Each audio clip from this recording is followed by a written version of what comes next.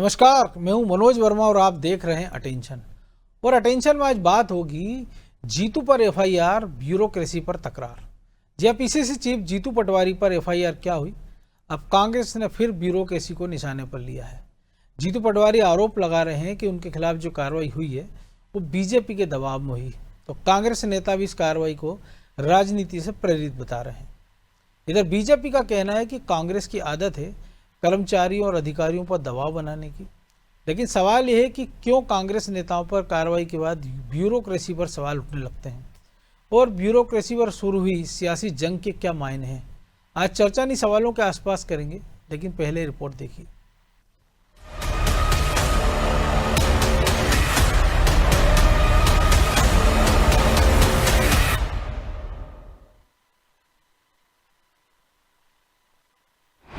जीतू पटवारी पर FIR, bureaucracy पर तकरार। एफआईआर तुरंत निरस्त की जाए, और नहीं तो हमारा ये कहना है कि हम लोग भी कह रहे हैं कि मल खिलाया था, हम पे भी एफआईआर की। एक बार फिर सियासतदानों के निशाने पर ब्यूरोक्रेसी है। पीसीसी चीफ जीतू पटवारी पर हुई एफआईआर के बाद कांग्रेस तिलमिलाई हुई है। प्रदेश के कई जिलों में कांग्रेस का प्रतिनिधिमंडल पुलिस अधिकारियों से मिल रहा है और इस केस को राजनीति से प्रेरित बताया जा रहा है, जिस पर अब बयानबाजी भी शुरू हो गई है। कैबिनेट मंत्री विश्वास सारंग ने कांग्रेस पर हमला बोला और कहा कि कांग्रेस हर समय कर्मचारी और अधिकारियों पर दबाव बनाती है। उन्होंने तो जीतू पटवारी पर भी निशाना साधा और उनके लिस्ट बनाने वाले बयान पर कहा कि कमलनाथ ने भी ऐसी ही लिस्ट बनाई थी। चुनाव में नतीजा सबने देखा। नौकरशाही पर, कर्मचारी अधिकारियों पर दबाव बनाकर माइक नीचे कर लो यार, अपने काम कराने की मानसिकता से इस तरह की बातें करती है। पिछली बार कमलनाथ जी और जीतू पटवारी जी ने लिस्ट बनाई थी, क्या हाल हुआ? खुद भी नहीं पहुंच पाए विधानसभा में। मुझे लगता है इस तरह का एरोगेंस, इस तरह का घमंड, ये लोकतंत्र में परमिसिबल नहीं है। खुद पर हुई एफआईआर के बाद जीतू पटवारी ने अफसरों को निशाने पर लिया। उन्होंने आरोप जड़े कि जो अफसर बीजेपी के दबाव में काम कर रहे हैं उनके पापों का हिसाब होगा। यानी सीधे सीधे पटवारी ने ये चेतावनी दे डाली है कि जब कांग्रेस की सरकार बनेगी तो कांग्रेस नेताओं पर कार्रवाई करने वालों को बख्शा नहीं जाएगा और उनकी लिस्ट तैयार हो रही है। अधिकारी बिना स्वतंत्र काम अब यहाँ कर ही नहीं सकते हैं, बिना दबाव के काम कर ही नहीं सकते, ये स्पष्ट हो गया।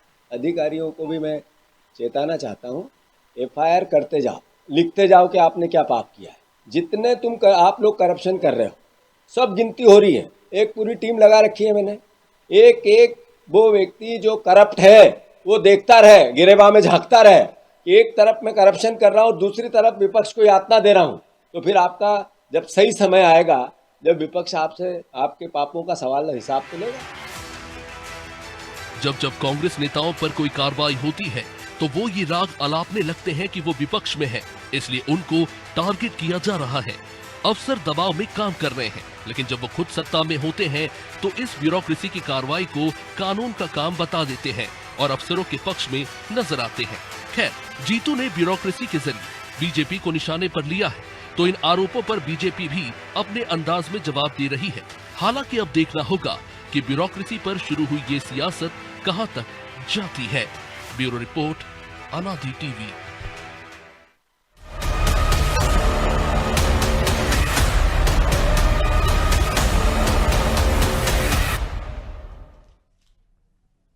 तो इसी पर चर्चा करने के लिए हमारे साथ जुड़ गए हैं वरिष्ठ पत्रकार सुरेश शर्मा और हमारे सहयोगी ब्रिजेश चौक से।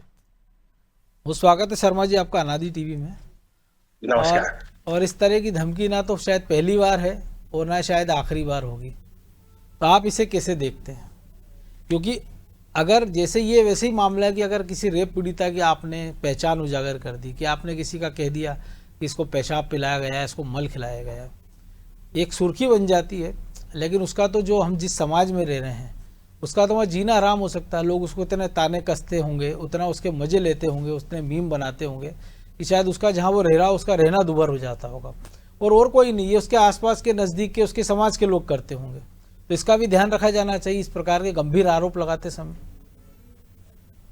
देखिए मनोज जी, सामाजिक व्यवस्थाएं जो बनी हुई है उन सामाजिक व्यवस्थाओं का तो ध्यान रखना ही पड़ेगा कि इस आदमी को कल समाज में जीना है। तो इसके साथ किस प्रकार का बर्ताव होगा, हमारे कथन से हमें राजनीतिक लाभ मिल जाएगा थोड़ा बहुत मान लो, लेकिन इसका नुकसान कितना होने वाला है उस व्यक्ति को, ये आपने बिल्कुल एक महत्वपूर्ण बात रेखांकित की।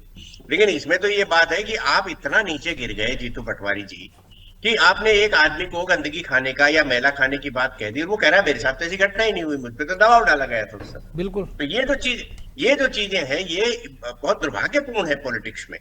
देखिए, राजनेता आदर्श होते हैं, राजनेताओं का एक दौर था पंडित जी से लगाकर अटल बिहारी वाजपेयी जी तक को यदि हम देखते हैं तो हमें ये सब समझ में आता है कि ऐसे दिग्गज लोग थे, कितने विश्वसनीय लोग थे, किस प्रकार की बातें करते थे, समाज की संरचना का पूरा ध्यान रखते थे।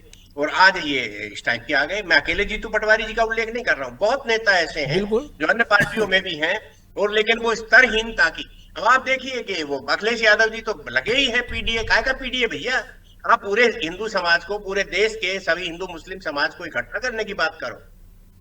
आप जिस तरीके से वातावरण बना करके गंदगी फैला रहे हो, तो ये पॉलिटिकल गिरावट है। ये आप चुनाव आयोग के बारे में टिप्पणियां कर रहे हो, ये पॉलिटिकल गिरावट है। तो जो ये राजनीतिक लीडरशिप, ये भी एक मजेदार बात है ना कि एक तरफ वो कहते हैं कि संविधान खतरे में है, और उसी संविधान ने जो संवैधानिक संस्थाएं बनाई हैं उस पर भी सवाल उठाते हैं। बिल्कुल बिल्कुल सही है। तो मैं ये कहना चाहता हूं कि भाई आपके पॉलिटिकल दायित्व हो सकते हैं, आप अपनी पार्टी को सत्ता में लाने की बात कर सकते हो, बिल्कुल आप ऐसी योजना बनाइए, लेकिन उसे समाज को क्या लाभ हो रहा है, क्या नुकसान हो रहा है, इसकी चिंता आप कैसे छोड़ सकते हैं? ये तो आपको पहले करना पड़ेगी। आज यदि किसी आदमी के बारे में, जैसा आपने कहा, किसी आदमी के बारे में आप ये शब्द बोल रहे हो, उसका तो जीना मुश्किल हो जाएगा।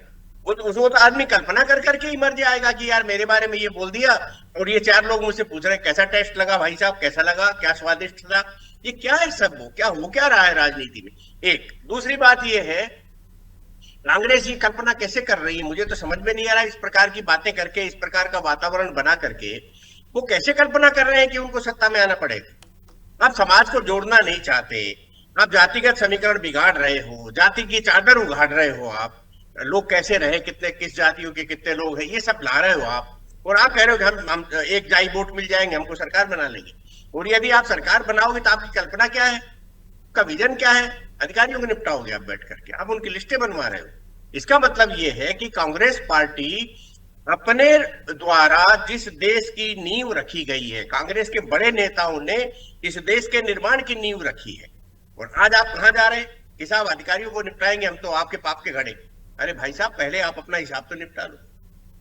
मेरा कहने का सीधा सीधा तात्पर्य ये अभी ज्यादा नहीं, अभी कल ही एक खबर आई है ना कर्नाटक से कि एक एडिशनल एसपी जिनको सिद्धारमैया ने मंच पर थप्पड़ मारने का प्रयास किया, वो चिट्ठी लिखते हैं और वीआरएस के लिए चिट्ठी लिख देते हैं कि मेरा इतना अपमान हुआ, मुझे रहना नहीं।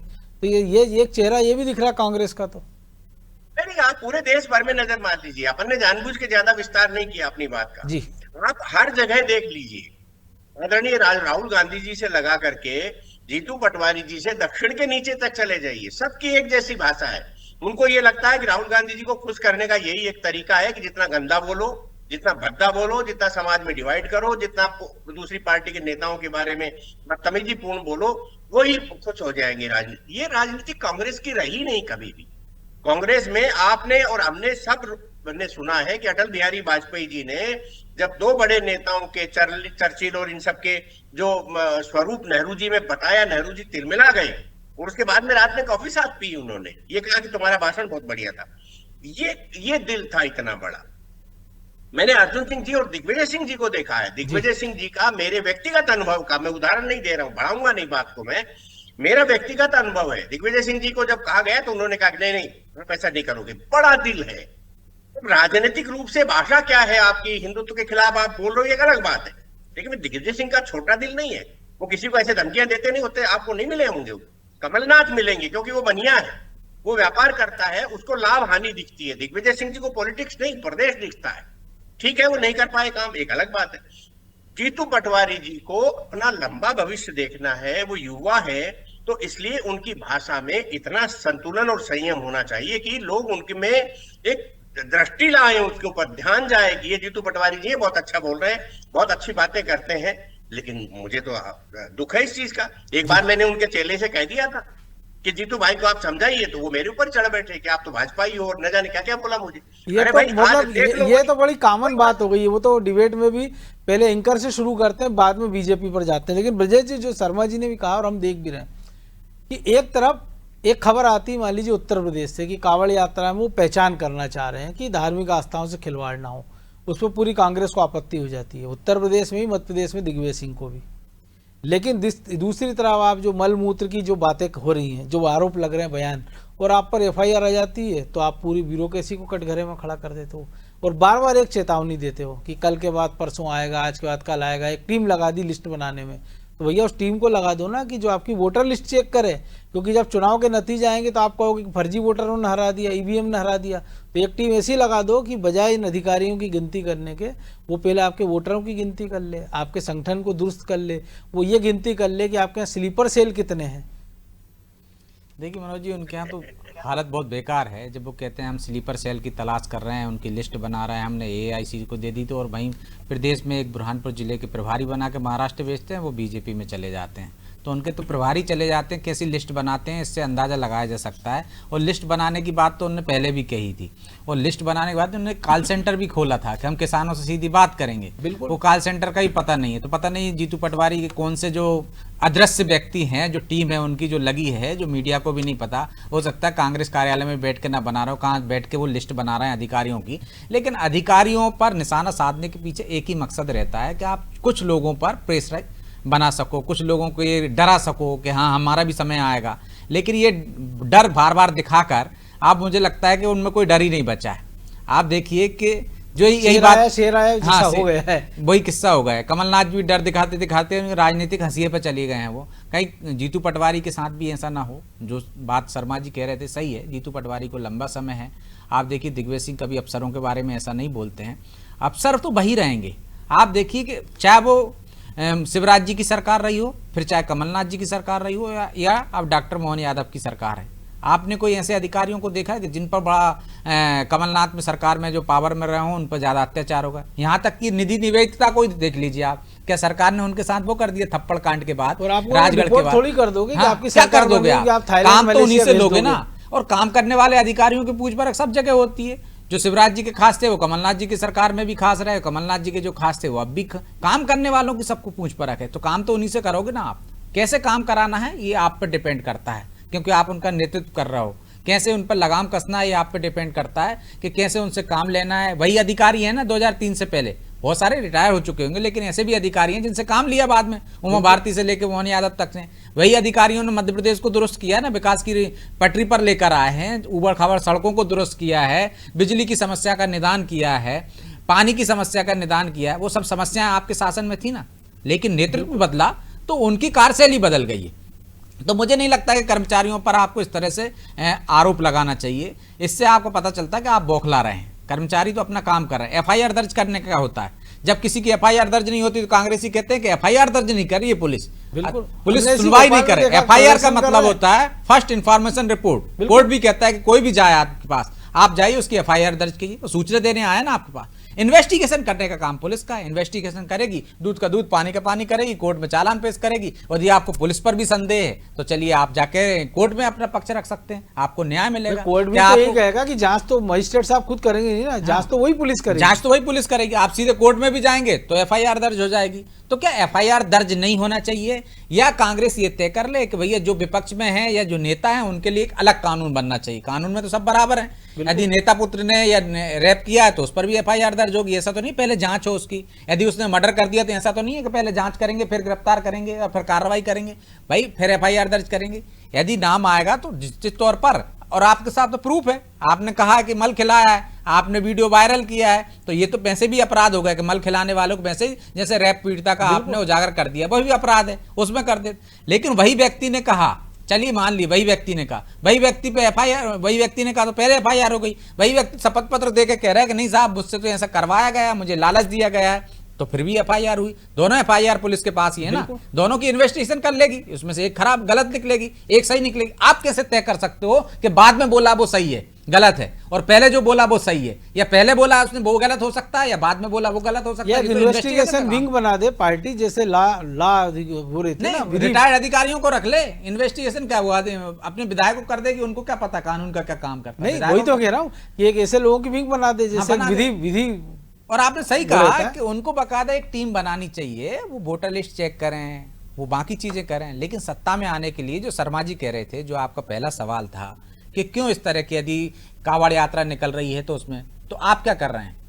यदि हम देखें मुश्किल से आज हम उस परिस्थिति में पहुंचे हैं कि किसी दलित का हाथ का पानी पी सकते हो, किसी गांव में जाके उसकी चाय पी सकते हो, वो बारात निकाल सकता है, बारात निकाल सकते हो। लेकिन यही दौर था ना, आप उसके हाथ का पानी पीते थे, उसके लिए कप अलग रखते थे, दलित एजेंडा देखा, दलित एजेंडा देखा, आप ही के सरकार में हुआ ना।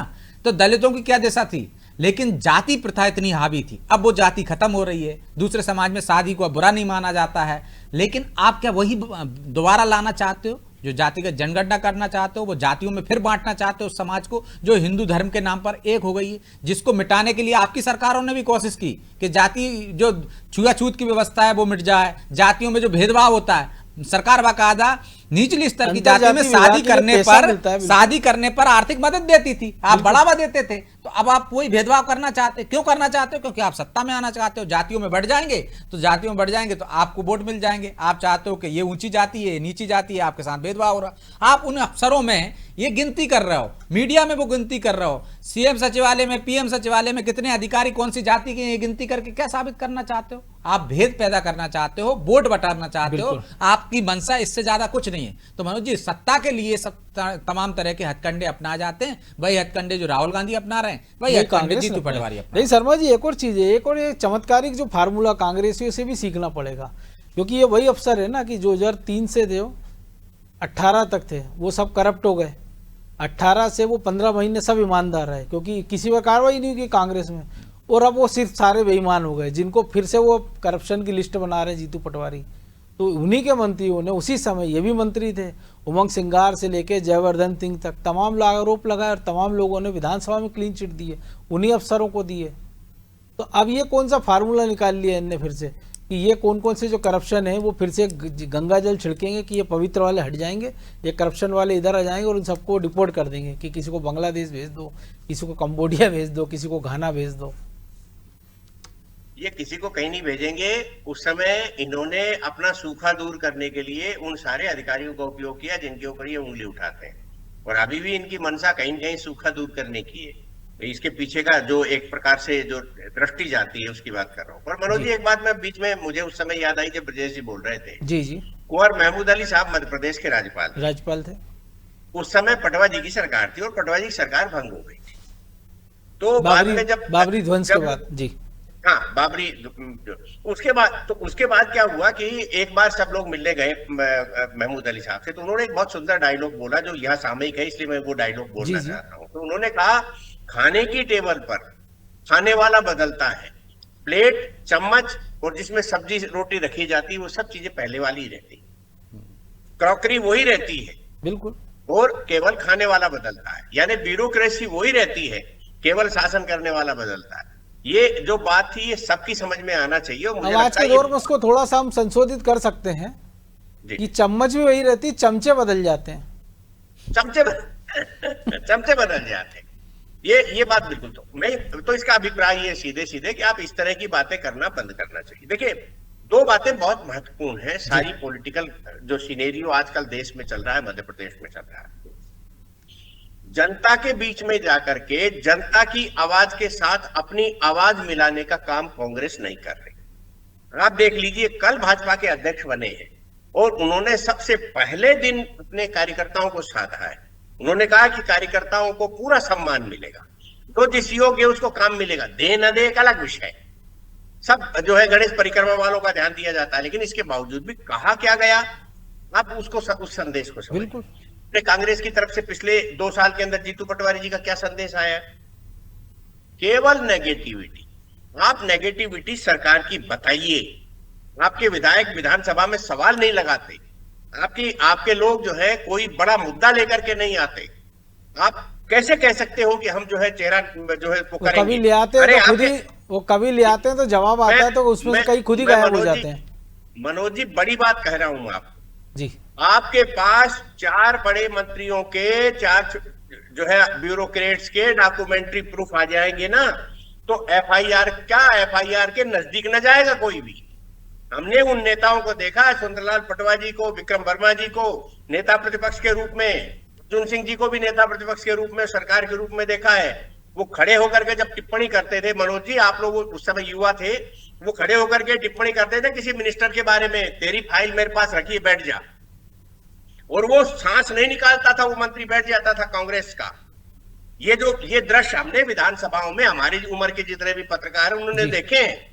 आज कोई कह तो दे, अब ओछी टिप्पणी करके किसी का होता है ना, अब होता है कि प्रेस कॉन्फ्रेंस करके कहा जाता है कि फलाने मंत्री के खिलाफ प्रेस कॉन्फ्रेंस करूंगा इस तारीख को, वो तारीख ही नहीं आती, वो महीना नहीं आता, वो साल नहीं आता है। मैं वही कह रहा हूं, देखिए आपने अपनी गंभीरता को समाप्त किया है और उसी का दुष्परिणाम ये है कि आप इस तरह की बातें कर रहे हैं, आप गंदगी की बातें कर रहे हैं, आप वैमनस्य पैदा करने वाली पॉलिटिक्स कर रहे हैं। ये किसी भी प्रकार से, वो चाहे भाजपा का विधायक करता हो, कांग्रेस का विधायक करता हो, कांग्रेस का, क्योंकि मानवीय गरिमा, क्योंकि हमने पिछली बार देखा था एक आदिवासी का जो वीडियो वायरल हुआ था, हालांकि उसको फिर डैमेज कंट्रोल किया गया था, लेकिन ब्रजेश जी ये जो बार बार की बात है, क्योंकि उन्हीं अधिकारियों के साथ इन लोगों ने भी काम किया है, जो आपने भी कहा कि ये दबाव बनाने का तरीका, लेकिन क्या इससे क्या कार्यकर्ता उत्साहित हो रहा है आपका? क्योंकि आप तो ये लग रहा है कि अब अपनी एफआईआर की लड़ाई लड़ रहे हो, उस आदिवासी को तो आप भूल गए हो। आप इस बात की लड़ाई लड़ रहे हो कि मेरे खिलाफ एफआईआर क्यों हुई हो। आप तो ये लड़ाई लड़ो ना, अगर अपने पक्ष में सही हो कि भाई उसके साथ ऐसा हुआ और पुलिस ने दबाव में उससे शपथ पत्र लिखवा लिया है। निश्चित तौर पर यही तो दुर्भाग्य है कांग्रेस का, उसके मुद्दों पर वो राजनीति नहीं करते, मुद्दों की लड़ाई नहीं लड़ते, जनता के हित की, जो कह रहे जनता के बीच में जा, जनता के मुद्दों पर आपने कभी कांग्रेस को इतने एग्रेसिव होते हुए देखा, ऐसे मुद्दों पर कभी आंदोलन करते हुए देखा? लेकिन नहीं, राहुल गांधी पर यदि एफआईआर हो जाएगी, राहुल गांधी की सदस्यता चली जाएगी तो पूरे देश में आंदोलन हो जाएगा। यदि जीतू पटवारी पे पूरे प्रदेश में आपने आंदोलन खड़ा कर, तो कांग्रेस आंदोलन खड़ा नहीं कर सकती क्या? वो बेरोजगारी पे खड़ा नहीं कर सकती क्या? वो जनता के जो मुद्दे हैं उन पे आंदोलन खड़ा नहीं कर सकती क्या? लेकिन नहीं, वो अपने पे मुद्दा है, वो कहती कि हमसे आप मत छेड़खानी करिए, आप बाकी आपको जो चाहे करने। तो सरकार को कटघरे में खड़ा करने के लिए कांग्रेस चाहे तो कर सकती है, लेकिन उसको रणनीति बनाने की जरूरत नहीं है। जब जीतू पटवारी के लिए इतने आंदोलन हो सकते हैं मुख्यालयों पर, ब्लॉक स्तर पर, तो आप सोचिए किसानों के मुद्दे पर नहीं हो सकते हैं क्या? बाकी के अन्य मुद्दों पर नहीं हो सकते? आराम से हो सकते हैं, लेकिन तब देखिए आप कोई नहीं जाता है। यहाँ पे क्या कांग्रेस भले ही आपको गुटों में, कांग्रेस में ही खुश हैं। जीतू पटवारी पे एफआईआर दर्ज कराने के बाद एक खेमा इस बात से खुश होगा कि चलिए बहुत उड़ रहा था सामने वाला, अब थोड़ा जमीन पे आ जाएगा, तो दूसरा खेमा एक कोशिश कर रहा होगा कि चलिए इससे हमारा नेता बन जाएगा पूरे प्रदेश में, एक तरह से वो हो जाएगा। तो यहाँ मुद्दों की राजनीति नहीं हो रही। जो शर्मा जी कह रहे थे ना सुर्खियों में आने की, तो एक तरीका ये भी होता है शर्मा जी सुर्खियों में आने का, ये ज्यादा बेहतर तरीके से आप सुर्खियों में आ जाते हो कि आप इस तरह से राजनीति करोगे तो जल्दी चर्चा में आ जाओगे। इसलिए जो पुराना शेर है वो शायद मौजूद है इस हालत में कि कौम के गम में डिनर। जी शर्मा जी, नहीं मैं बीच में ये कह रहा हूँ क्योंकि मुझे मालूम इसके बाद आप समापन कर दोगे शेर के बाद, तो शेर समापन करने से पहले कह रहा हूँ जी मैं ये कहना चाहता हूँ कि ये आंदोलन करेंगे कैसे, जिसके कार्यालय चलाने के खर्चे कहां से आते हैं, यदि इसकी तफ्तीश कर ली जाए तो समझ में आ जाएगा कि क्या आंदोलन ये सारे कांग्रेसियों को पता है, इसीलिए तो कहा है ना कि कौम के गम में डिनर खाते हैं हुक्काम के साथ, रंज लीडर को बहुत है मगर आराम के साथ। बहरहाल वक्त इतना ही था, बहुत धन्यवाद शर्मा जी। तो ब्यूरोक्रेसी पर तकरार पहली बार नहीं है ना, उस पर वार पहली बार है, और ये ब्यूरोक्रेट भी बदलते रहते हैं और नेता भी बदलते रहते हैं, लेकिन हर बार हम देखते हैं कि जब कांग्रेस की सरकार थी तो इसी प्रकार के तेवर बीजेपी ने दिखाए थे, और अब कांग्रेस की सरकार नहीं है तो वो ब्यूरोक्रेसी पर इसी प्रकार के तेवर दिखा रही है। लेकिन सबसे बड़ा सवाल ये है क्या है कि केवल ब्यूरोक्रेसी को घेरने भर से आप जनता के बीच लोकप्रिय हो पाएंगे, या जनता की समस्याओं का हल हो पाएगा, या आपके लिए कुछ अतिरिक्त करना होगा, क्योंकि ये जितने नेता हैं उनको कोई समझा नहीं सकता है, क्योंकि सारे अनुभवी हैं। अटेंशन में आज इतना ही, मुझे दीजिए इजाज़त और आप देखते रहिए अनादि टीवी। नमस्कार।